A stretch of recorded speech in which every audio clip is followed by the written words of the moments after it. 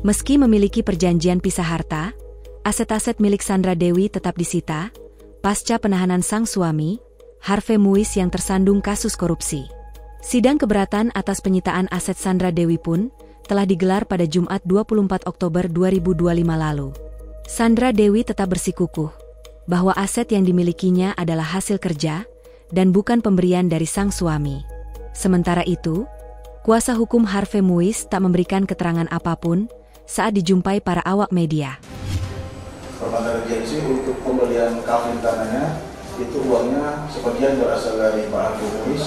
Untuk pembangunan hampir keseluruhan sudah 70% uangnya dari Pak Harvey Muiz dari Ibu Sandra yang dibuka khusus untuk pembangunan perhiasan. Tidak semua endorse kalau perhiasan. Tidak semua endorse. Betul. Kan ada 141 yang endorse ya. Ya.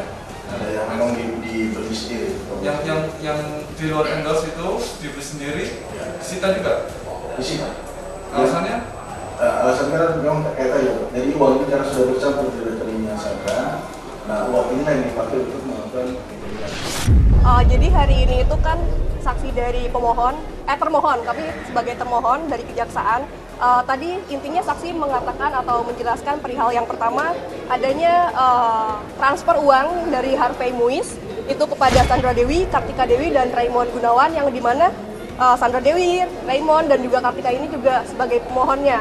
Ada juga perihal tas perhiasan itu didapatkannya dari mana. Kemudian tadi saksi mengatakan bahwa tas atau perhiasan tersebut kenapa diambil oleh penyidik karena ada kaitannya dengan transfer uang dari Harvey Muiz kepada ketiga pihak tersebut, termasuk kepada Ratih Purnamasari yang merupakan asisten dari Sandra Dewi. Tas 88 tas untuk perhiasan ada 140 lebih. Sudah ada yang dikembalikan belum? Belum ada, karena putusan pengadilan dari mulai PN, PT, dan kasasi itu untuk kasasi juga semuanya dirampas untuk negara sebagai uang pengganti. Ya, untuk pembuktian sudah kita buktikan di PN.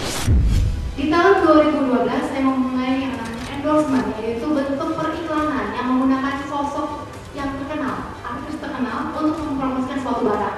Di tahun 2014 ada 23 lebih dari 23 toko-toko tas branded di Indonesia ini yang endorse saya, yang memberikan saya tas. Di mana ketika mereka memberikan tas itu, saya mempromosikannya di sosial media saya yang mempunyai pengikut 24,2 juta followers. Di mana ketika tas itu datang, saya promosikan, saya unboxing, saya buka kotaknya, saya posting kalau tas ini di-endorse oleh toko apa.